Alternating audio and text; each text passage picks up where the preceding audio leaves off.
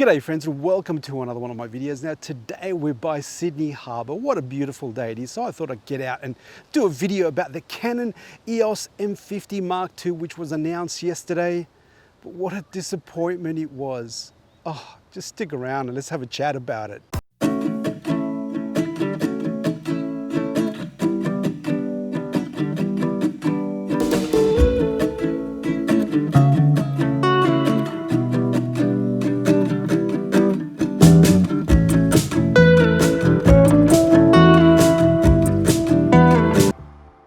So you know when you wake up Christmas morning and you rush under the tree and you look through all the boxes and you find the one that's labeled with your name, and then you open it up and then you are disappointed because the one thing that you asked for, the one thing that you really wanted, you didn't get. Now that's how I felt this morning after being a Canon M50 user for a couple of years now. I thought the wait was going to be worth it, and the features that I was hoping would be there and would enhance the M50 lineup to, I guess, a vlogger's dream, well, just disappeared into nothingness. Oh my God. And don't get me wrong, being a small compact camera, my expectations weren't really that high. There was only a few little things that I mentioned in a video. If you want to watch out what that was about, it's up there in the links above. Anyway, the specifications that people were expecting was little improvements in some tiny little things. I know that this is entry level, and for someone that wants something I guess to learn photography and videography, the M50 is the perfect camera because it does have the flippy screen and it has all the little bits and pieces that are necessary. But for a compact camera and what's out there in the market today, this particular version, the Mark II, I think sets it far behind everyone else in the market that's coming out with either, micro four thirds cameras or smaller sensor cameras. The Canon EM50 has definitely fallen to the bottom of the list. The only thing that it's a saving grace is that the price is reasonably cheap, but that's understandable now because the features are slowly but surely being left behind by every other camera manufacturer out there.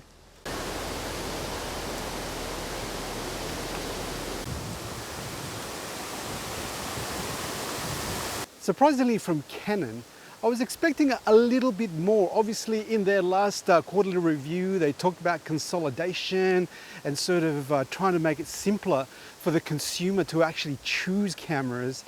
I think this went the opposite way. And one of the other things that's really worrying about it is that the fundamental changes of the camera are really minuscule. So I read a lot of the comments on some of the videos that are already posted out there, and some people are comparing it to an M50 with a firmware update because there's so little change to the camera itself, which is another big disappointment.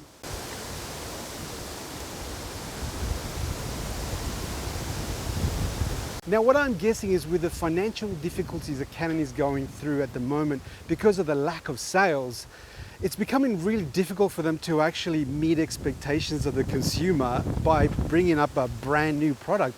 Maybe there was a lot of M50, I guess, hardware left around in the warehouse, so they, instead of wasting it, they had to put it to good use. And there's nothing better than promoting a new camera to get the people interested. But in reality, there wasn't really much substance in it. Now let's have a look and talk about some of the changes that they actually made to see if they kind of improve it in any way whatsoever. Let's have a chat about that. I'll find a spot around here in the bush. Now I've found a little nook away from the wind. It's windy today, it's a beautiful day, there's a bit of wind. I've put my lav mic underneath my shirt, I stuck it on there. Hopefully that's cutting out a lot of the wind sound. That's a free Technoramus tip, by the way. Hey, if you haven't subscribed, I'd love for you to follow me and grow this community. So hit the subscribe button and that bell if you haven't done so already. So back to the M50. Now I was looking at the specs, I was comparing the specifications between the original one and the Mark II. Now I was really surprised because there was no hardware change. The physical machine is exactly the same as the first one, except for the Mark II label on the device itself. The ports are in the same place, there's no extra buttons, there's really nothing different from the previous body, which is kind of disappointing. So where did the changes come from? Obviously it's come in the internal software of the camera. Now the processor is still the same, it's still the Digic 8 from the original camera. It has not progressed to anything extra, but for somehow they've managed to get better eye detect, especially on video. Now I'm not sure if Canon was listening or not, but the reason a lot of people love this particular camera is because the autofocus was already awesome. The phase detect that it had on a 1080p was pretty damn good. I don't know if it has a phase detect or eye detect in 4K. I still have to do a little bit of an investigation on that, but that was kind of one of the disappointing things. Now the other thing that they're making a big deal about is the fact that you can now film video vertically for the Instagram crowd. Obviously that doesn't faze me at all because I don't do that. Now the other thing that they're really upselling is the fact that you can now get more quality out of internal recording. What I mean by that is that they've cleaned up the HDMI port, so now you can get a clean output out of the HDMI port on this device. It's something that I wish it had right from the beginning, but now they've decided to call that an upgrade, and they've given us a clean feed. Whether that's something that it's going to sell it for me, I don't know, but it's great to have.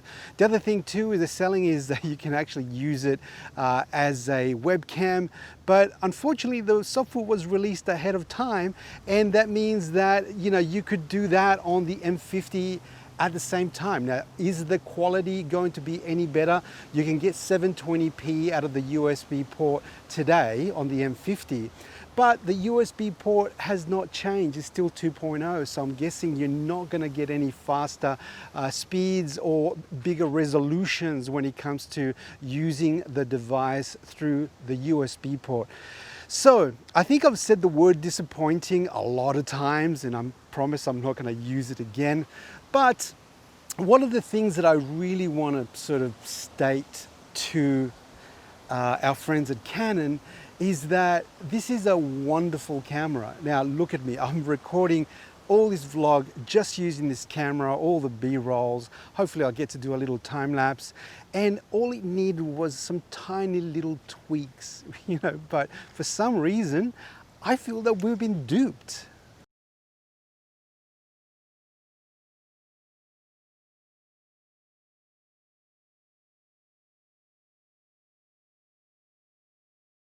Okay, so I totally get it. If you don't have an M50 and you're looking for a cheap, economical camera that has great autofocus, you're not too interested in 4K, you want a bit of time lapse built in without having really an intervalometer, well then that is cool because this device is going to deliver it for you. So if you're still in the market for a cheap entry-level camera that can take decent pictures in good light, not low light, and you can also take different video and it's light and you can do this type of vlogging, then the M50 Mark II is probably the camera that you put on the list when you're trying to, let's say, compare with other cameras out there.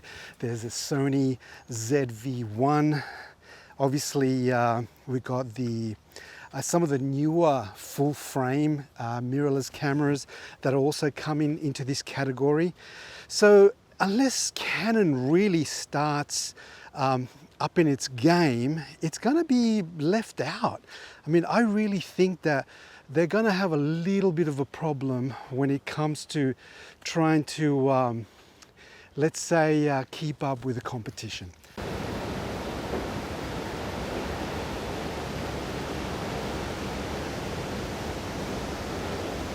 So in parting, as a M50 user already, would I upgrade to the M50 Mark II? No way. Actually, hell no is probably the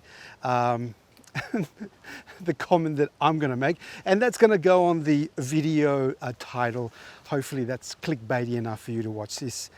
But I definitely am going to start looking seriously at Sony, maybe Panasonic as well, and you know, Nikon if they can get their act together. We'll see anyway.